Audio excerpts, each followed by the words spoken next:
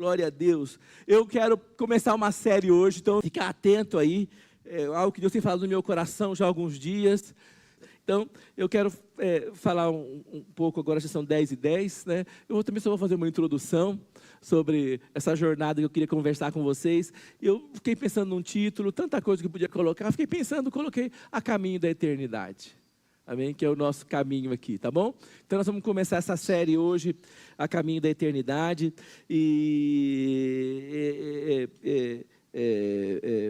Tem marcas na nossa vida que Deus coloca, sinais que Deus coloca para nos lembrar, para nos recordar, né, para que nós possamos entender que nós estamos nessa terra, mas nós não pertencemos a essa terra. Amém? A terra ela é gostosa, sim ou não? A terra é gostosa, tem comida gostosa, tem coisa legal, tem natureza, mas nossa vida não pode estar centrada nos valores dessa terra, nos valores eternos, né? Há um livro que nós lemos há muito tempo, talvez eu deva até relê-lo, que chama Movidos pela Eternidade, né? Que fala bastante sobre a vida orientada para a eternidade, amém? E aí, eu falei para a Débora, eu quero falar de um assunto, mas eu não tenho texto ainda, né? Débora, eu não tenho texto ainda, eu sei que esse é o assunto, mas eu não tenho texto, e fiquei com aquilo no coração, e aí Deus me deu o texto na nossa leitura diária, falou comigo, precisa ler a Bíblia, todo dia. Aí eu senti Deus me dizendo, você vai começar por aqui. Então eu quero começar com vocês um pouquinho sobre isso, está no Salmos 84, Salmo 84, né? Salmo 84. Eu vou ler 3 versículos 5, 6 e 7. Então, se você está aí com a sua Bíblia, você está em casa aí com o seu aplicativo, aí no seu tablet ou no seu smartphone, então você vai ler comigo aí. Eu vou ler na tradução, na versão NVI, amém? Então, fala assim, vamos ler juntos? Bem-aventurados os que em ti encontram força e os que são peregrinos de coração. Ao passarem pelo vale de Baca, fazem dele um lugar de fontes, as chuvas de outono também o enchem de cisternas. Prosseguem o caminho de força em força, até que cada um se apresente a Deus em Sião. Então, fala sobre a jornada, né, de um povo, e o povo é Israel, a gente sabe disso. E você sabe que havia em Israel assim, 3 ocasiões principais que eles deveriam se apresentar todos diante de Deus.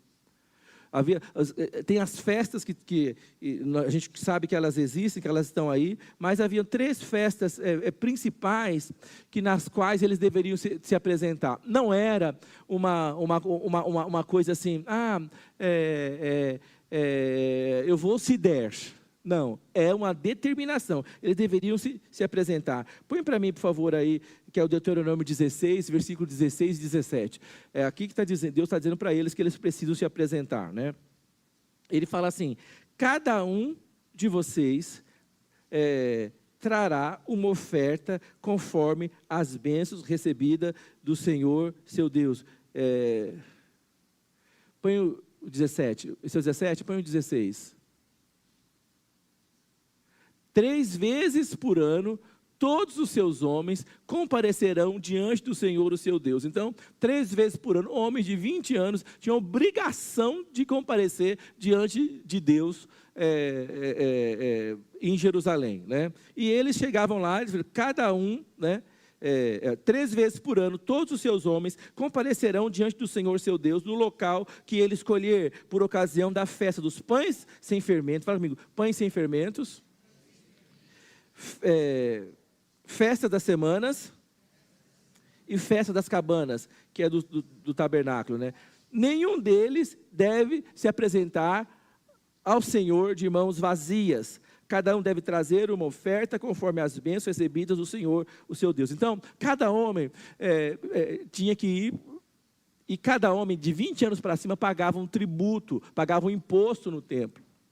E eles também tinham que levar uma oferta de animais, uma oferta que cada um levava. Então, eles tinham que mover isso. É lógico que a gente sabe disso, nem todo mundo fazia isso, porque os que estavam doentes, os muito velhos, o que não tinham condição de caminhar, às vezes mulheres que estavam com bebês ou com crianças, gente que não podia se mover. Alguns homens acabavam ficando para proteger as terras, para proteger as mulheres, proteger os filhos, porque era um verdadeiro assim, êxodo. Todo mundo saía, digamos como fosse no Brasil, falava, gente, todo ano, todo 21 de abril, todo brasileiro tem que ir lá para a Praça dos Três Poderes. Já pensou que coisa terrível, né? Mas eles tinham que fazer isso. A logística era muito grande para eles fazerem isso. E é tão interessante quando você começa a pensar sobre isso, porque muitos saíam quilômetros, por exemplo. Quem saía da Galileia tinha que andar entre 110 e 150 quilômetros até chegar a Jerusalém. Então não era uma viagem fácil, uma viagem que demorava de 3 a 5 dias, pelo menos, para chegar a Jerusalém. E de todas as festas, a Páscoa era a principal, que era dos pães sem fermento, e essa festa durava 7 dias. Então, quando eles saíam, 5 dias para ir, 5 dias para voltar, 7 dias na festa. Então, você percebe que já são pelo menos 17 dias fora de casa, numa festa. E depois tem a festa das colheitas, que é a festa do Pentecostes, que são 50 dias depois da Páscoa. Então, alguns que iam, aqueles que podiam, que tinham mais condições, iam para a festa da Páscoa e já ficavam, porque de 50 dias tinha que voltar de novo para chegar em casa e voltar novamente. Então, quem podia já vinha preparado para ficar esse tempo todo, né? A festa do tabernáculo era um dia só, então eles, alguns vinham ou não, mas essa central é a festa que eles tinham. Não sei se vocês se lembram que quando Jesus se perde dos pais, quando Maria, ela percebe que Jesus não estava mais com eles, fazia 3 dias já, fala-me, 3 dias. Eles estavam viajando há 3 dias. 3 dias viajando. Eles foram para a festa da Páscoa. Então, 3 dias voltando. Aí volta Maria. Eu agora não sei como é que seria isso, mas eu acho que... Porque eles viajavam em grupos. Eu não acho que o grupo inteiro tenha voltado para buscar Jesus. Talvez Maria, José, com certeza. E alguns homens voltaram com ele para Jerusalém para buscar Jesus. E encontram com ele Jesus de volta. E outra coisa que também ajuda a gente a pensar um pouco, eles tinham que levar sacrifícios, que eram animais que eles iam oferecer lá, dependendo das posses de cada um. Então, podia ser um cordeiro, podia ser um pássaro, uma pombinha, ou sei lá, uma rolinha e tal, eles iam oferecer. E eles tinham que levar dinheiro para poder pagar o imposto e a contribuição que eles davam no templo. Uma coisa é certa, a Bíblia diz que ninguém deveria comparecer diante do Senhor com as mãos vazias. Eu acho que essa é a primeira lição para mim e para você. Nós, quando chegamos diante de Deus, quando nós vamos orar, nós não podemos chegar com as mãos vazias. Nós temos que chegar com adoração, com louvor, com graça, bendizendo o nome do Senhor. Quando Jesus ensinou a oração para os discípulos, a oração não começa pedindo. Ela começa a glorificar Deus. Fala, Pai nosso que estás nos céus, santificado seja o seu nome. Ninguém deve chegar diante de Deus com as mãos vazias. Nós vamos chegar diante de Deus com a boca cheia de louvores, com as mãos cheias de gratidão. E eu acho que isso é uma coisa interessante de pensar, se eu puder tirar alguma coisa disso. E quando eu fico pensando que eles tinham a Páscoa, 7 dias, Pentecoste, né, um dia, tabernáculos, 8 dias, eu troquei, né, o tabernáculos, 8 dias, quando eles dormiam em tendas. Quando a gente começa a pensar nisso e ver, primeira coisa, Deus é um Deus que ama o ajuntamento. Fala, meu ajuntamento. Fala, crente tem que estar junto. Fala, crente tem que andar de bando. Jesus, quando mandou os discípulos, nunca mandou ninguém sozinho, 2 a 2. Não, eu sei que tem gente me assistindo em casa hoje. Eu sei, a Gabi, por exemplo, tem um simulado agora, ela está me assistindo em casa. A Ana Lígia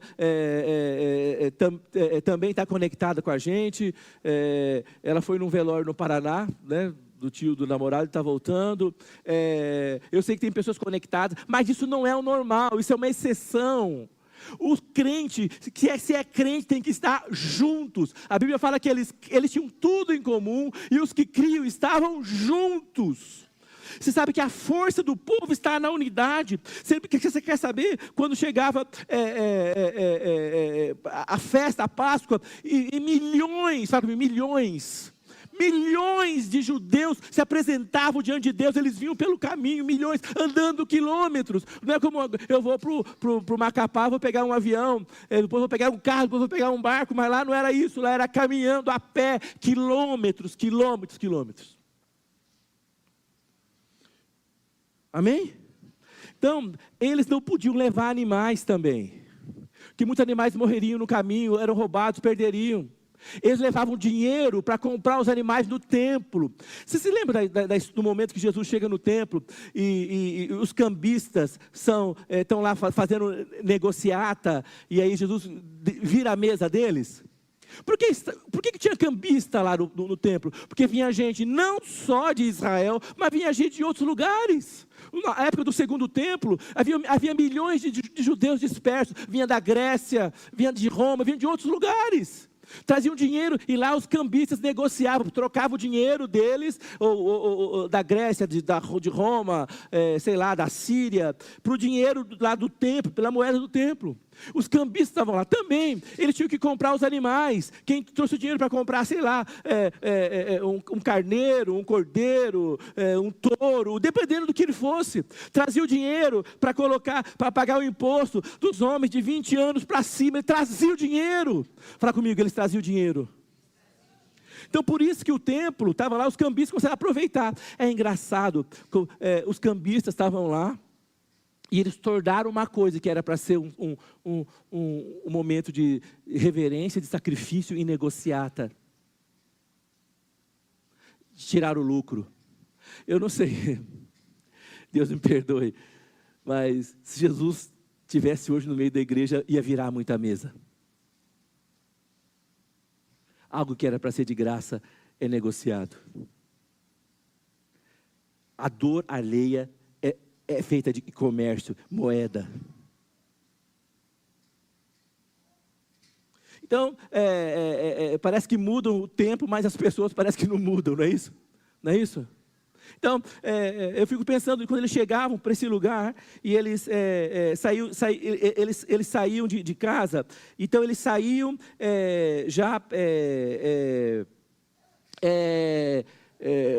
sabendo para onde ir, quanto tempo, se preparavam para essa viagem, tudo. Mas eu fico pensando, e aí eu quero falar para vocês, vamos voltar de novo no Salmo 84, né? No versículo 5 fala: como são felizes os que em ti encontram sua força, e os que são peregrinos de coração. Eu penso para você, para a gente sair de casa hoje com carro, com filho, né? Com família, meu Deus do céu, era horrível viajar quando era, né, Débora? Criança, bolsa, mamadeira, carrinho, tem que ser novo para ter filho. Velho, quando tem filho, não aguenta, Deus é sábio demais. Não é? Aí era tanta, a gente tinha um Uno Mille, né, Débora? Tinha um Uno Mille, gente, que havia tanta coisa naquele Uno que eu não tenho certeza. Um dia a Bia viajou conosco, e não aguentava viajar com as duas, a Bia, né? Viajou conosco, e eu lembro que veio eu, a Débora, duas meninas, a Bia assim, ó, mas sacola no pé, sacola no colo, sacola do lado, sacola nas costas, sacola. Ela desceu, acho que ela chegou aqui, né, na sua casa, desceu engessada do Uno Mille. Era tanta coisa que às vezes pegou isso, aí fechava a porta do carro, aí pegou tudo, pegou a cadeirinha, assim, olha, cadê o neném? O neném ficou, volta, pega o neném, põe na cadeirinha. Então assim, tem todo um trabalho, e tem toda uma questão. Gente, mas você sabe o que realmente toca na nossa vida, na correria, no dia a dia, no trabalho, no lavar a louça, no limpar o carro, no pagar a conta, no ir ao posto de saúde, ir em questões, resolver problema. Sabe o que toca na gente? Quando nós experimentamos o sagrado em coisas que são ordinárias. Nós somos peregrinos nessa terra, mas nós não vamos viver marcados pelos ditames dessa terra. Nós vamos experimentar o sagrado no meio do ordinário. A presença de Deus. Olha como ele começa assim: como são felizes os que em ti encontram sua força. Então quer dizer que no meio da fraqueza, ele fala, Deus pode intervir no meio da fraqueza, no meio da luta, no meio da dor. Você pode encontrar Deus no meio da dor, no meio da correria, no meio da loucura. Você pode encontrar Deus, você pode viver o sagrado no seu dia a dia. Eu não tenho que estar num lugar especial. Glória a Deus, nós estamos aqui. Glória a Deus pela nossa sala de oração. É maravilhoso estar na sala de oração, não é bom? Glória a Deus. Eu sei que é um momento especial, mas nós não precisamos do edifício para experimentar o sagrado. É lógico, o edifício precisa às vezes nos levar a lembrar do sagrado. Hoje em dia não, as igrejas e a liturgia não é feita para te lembrar do sagrado. As igrejas e a liturgia são feitas para lembrar da performance. É feito para lembrar do show, do espetáculo. Mas antigamente a liturgia, o lugar, era para te lembrar do sagrado, quão pequeno você é, quão grande é o Senhor. Quando eu entro naquela sala de oração, tem os vitrais, tem as duas oliveiras lá do lado. É para você parar e pensar. É para você parar e pensar. O silêncio, é para você parar e pensar. Então, nós precisamos trazer o sagrado para a nossa vida, o sagrado. E ele fala o seguinte, eles encontram a sua força. E os que são peregrinos de coração, fala comigo, peregrinos. Fala, peregrinos estão em movimento. Sempre. Então não adianta, às vezes você e eu estamos parados, a vida parou você, o problema quer parar você, a dificuldade quer parar você, mas nós não vamos ficar parados, vamos viver peregrinando, caminhando, sem desistir. Né? Agora, você sabe o que eles faziam durante 5 dias? Durante 5 dias, sabe o que eles faziam? Eles tinham salmos que eles recitavam, salmos da peregrinação, salmos dos degraus, que alguns chamam. Então, quando você olha esses salmos, eu gosto, você lembrar, vem o maior salmo de todos. Qual que é o maior salmo de todos? 119. O salmo 120 é o salmo da peregrinação. Amém? Fala comigo, você vence a preguiça, lê o salmo 119, aí você começa a andar. Amém? Se você desistir da palavra de Deus, você não vai começar a andar. Então, ele começa no Salmo 120, vai até o Salmo 134, que é o último Salmo. Então, eles vinham durante a peregrinação, eles cantavam os Salmos, meditavam os Salmos, falavam dos Salmos. Eu tenho um desejo muito, mas muito, muito grande, fazer um dia uma caminhada de oração. Amar um povo louco junto comigo. Nós vamos caminhar, né, falando dos Salmos, cantando, caminhando. Amém? Amém? Uma fé em movimento. Então olha só, o Salmo 120, ele começava a ler, esses dois Salmos, 120, eles começam, o 121, eles leem quando estavam dentro de casa para sair. Salmo 120, versículo 1, ele fala o seguinte: eu clamo pelo Senhor na minha angústia, e Ele me responde, Senhor, livra-me dos lábios mentirosos, da língua traiçoeira. Então, ele começa pedindo proteção antes de sair de casa.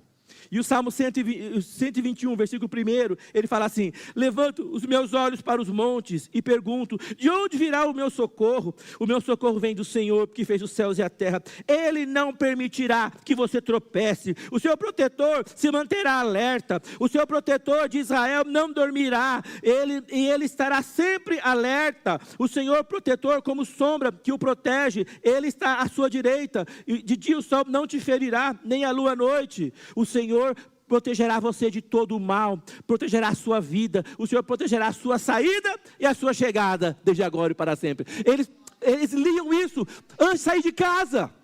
Fala, Deus, nós estamos indo para essa jornada, 5 dias caminhando, muita coisa vai passar, nós vamos subir, nós vamos descer, mas o Senhor tem que nos proteger. Eles falavam uns para os outros, e durante a jornada, eles iam lendo os outros salmos, cantando os outros salmos. Os levitas tocavam, as pessoas celebravam, as pessoas louvavam o Senhor. Fala comigo a palavra de Deus.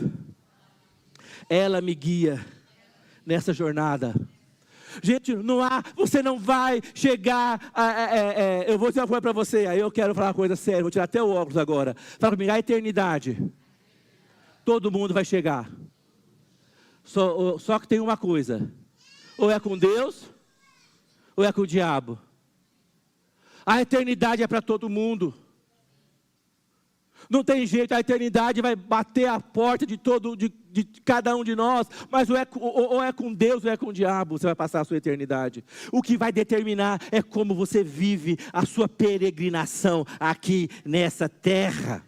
São as atitudes que você toma, e a primeira é de aceitar, essa graça de Deus sobre a sua vida.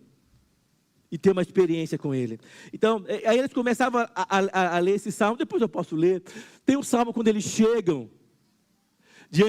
quando eles estavam chegando diante de Jerusalém. E, gente, pense nisso, quando eles chegavam diante de Jerusalém, era o último salmo que eles liam. E eles falavam o seguinte, Salmo 134, venham, bendigam o Senhor, todos vocês servos do Senhor, vocês que servem de noite, levante as mãos na direção do santuário e bendigam ao Senhor. De Sião o Senhor abençoe o que fez os céus e a terra. Imaginou, fala comigo, milhões de pessoas declarando essa palavra. Eu mostrei para vocês a questão do Shemitah, o povo declarando a palavra de Deus, depois de milhares de anos. Fala comigo, nós precisamos declarar a palavra de Deus. Falar a palavra de Deus na minha boca ainda é a palavra de Deus. Então eles carregavam isso, essa peregrinação, conforme eles peregrinavam. Aí eles falam o seguinte, quando eles chegavam, fala assim, ao passarem pelo Vale de Baca. Gente, o Vale de Baca era um lugar que havia lá no roteiro deles, eles tinham que passar por esse vale de Baca, E é interessante que Baca quer dizer choro. Fala comigo, choro. Então eles saíam de casa, oravam.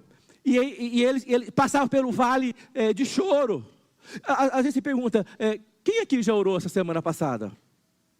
Quem aqui teve luta essa semana passada? Sim ou não? Nós vamos orar, nós vamos buscar a Deus, mas nós vamos ter lutas. A vida vai ter dificuldade. A vida vai ter reveses, a vida vai ter problema, vai ter doença, a vida vai ter traição, a vida vai ter tudo. Não é só isso, fala-me, glória a Deus. Tem coisa boa também. Mas nós vamos viver momentos de dificuldade, de luta, que você não sabe o que vai fazer e tal. E aí ele fala, quando nós passarmos pelo Vale de Baca, ele fala assim, ao passar, versículo 6, põe para mim, 84, 6. Eu vou parar por aqui, essa é só a introdução, ainda nem cheguei no ponto. Mas,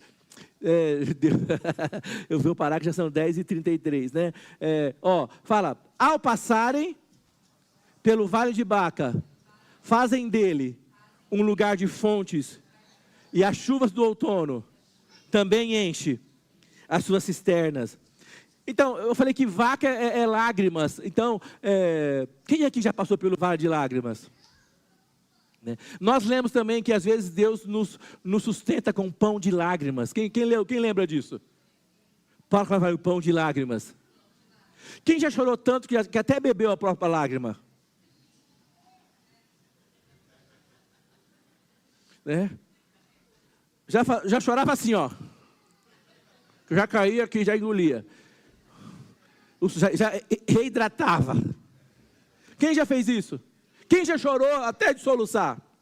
Mas você está aqui hoje, Deus fez você passar pelo vale de lágrimas, comer o pão de lágrimas, pelo vale da dor, Deus está com você. É interessante que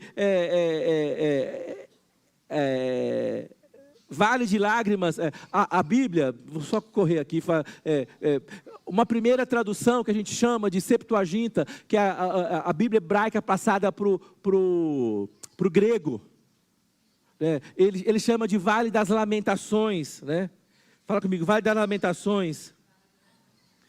A Bíblia, a Vulgata, que é a Bíblia passada para o latim, né? Ele chama Vale de Lágrimas, né?